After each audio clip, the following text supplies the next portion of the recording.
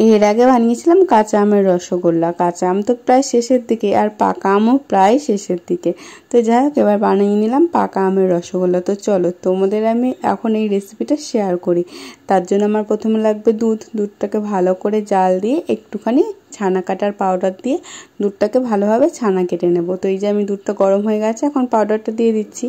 আর এখন ভালো করে এই সুতির একটা ন্যাকড়ার মধ্যে আমি জলটা ছেঁকে নেব। এটার মধ্যেই আমি বেশিরভাগ টাইম এই ছানা টানা কেটে রাখি, আবার পরিষ্কার করে তুলে রাখি। এইটাতে বেশ ভালো ছানা কাটা যায়, জলটাও ঝরে যায় আর একটুও জল থাকে না। এখানে লাগবে চিনি, একটু সুজি, একটু বেকিং পাউডার, আর যা যা লাগবে সব কিছু তো তোমরা দেখতেই পারছো।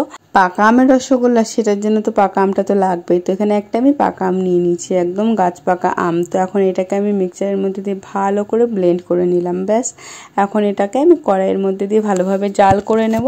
তো চলো, আমটা ভালো করে জাল দিয়ে একটুখানি শুকিয়ে নিতে হবে, কারণ এটা দিয়েই তো মেইন কাজটা হবে পাকা আমের রসগোল্লা যদি পাকা আমটাই না বানালাম। তো এখান থেকে আমি একটুখানি পাকা আম তুলে রেখে দিলাম, আর বাদবাকি যেটুকু আম কড়াইতে ছিল সেটার মধ্যে আমি পরিমাণ মতন জল দিয়ে দিলাম। ওই মোটামুটি 1.5 কাপ মতন জল দিয়েছিলাম। তো এটাকে এখন ভালোভাবে মিশিয়ে নেব। আর এর মধ্যে আমি 1/2 কাপ মতন চিনি দিয়ে দিয়েছি। আম তো অলরেডি মিষ্টি, আর বেশি চিনি লাগবে না, তার জন্য 1/2 কাপ মতন চিনি দিয়েছি। ওইদিকে ওটা ফুটতে থাকুক, ততক্ষণ আমি ছানাটা খুব ভালোভাবে মেখে নেব। তো ছানার মধ্যে আমি এখন দেখো আমের যে পাল্পটা রেখেছিলাম তুলে, সেটাকেই দিয়ে দিলাম। দিয়ে হাতের এরকম তলাটা দিয়ে খুব ভালোভাবে মিশিয়ে নিতে হবে, যতক্ষণ না ছানাটা খুব ভালোভাবে মিশে যায়, হাত থেকে ছেড়ে আসে। তো তারপরে গোল গোল করে বল করে নিতে হবে। তো যেহেতু আমি ফার্স্ট টাইম বানাচ্ছিলাম, একটু অল্প করেই বানিয়েছিলাম, ভাবছিলাম যে কেমন হয় না হয়, কিন্তু এটা যে এত ভালো হবে এটা জানলে আমি তো একবারে অনেকটাই বানিয়ে নিতাম। তো যাই হোক, আবার পরে একদিন বানিয়ে সবাইকে খাওয়াতে হবে। এদিকে আমার রসটাও রেডি হয়ে গেছে, আর এখন আমি এই ছানার গোল্লাটা রসের মধ্যে দিয়ে ভালোভাবে এরকম নাড়িয়ে দিচ্ছি। আর এখন এটা একটু ঢাকা চাপাও দিয়ে দেবো, যাতে করে এটা একটুখানি ফুলে ওঠে।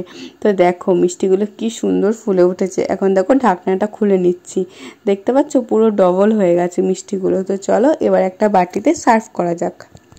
কি দেখে লোভ লাগছে তো বন্ধুরা? তো আমারও কিন্তু মিষ্টির দোকানে এরকম মিষ্টি দেখলে লোভই লাগতো, কিন্তু বাড়িতে যে আমি এত সুন্দরভাবে এটা বানিয়ে নিতে পারবো সেটা তো ভাবতেই পারিনি।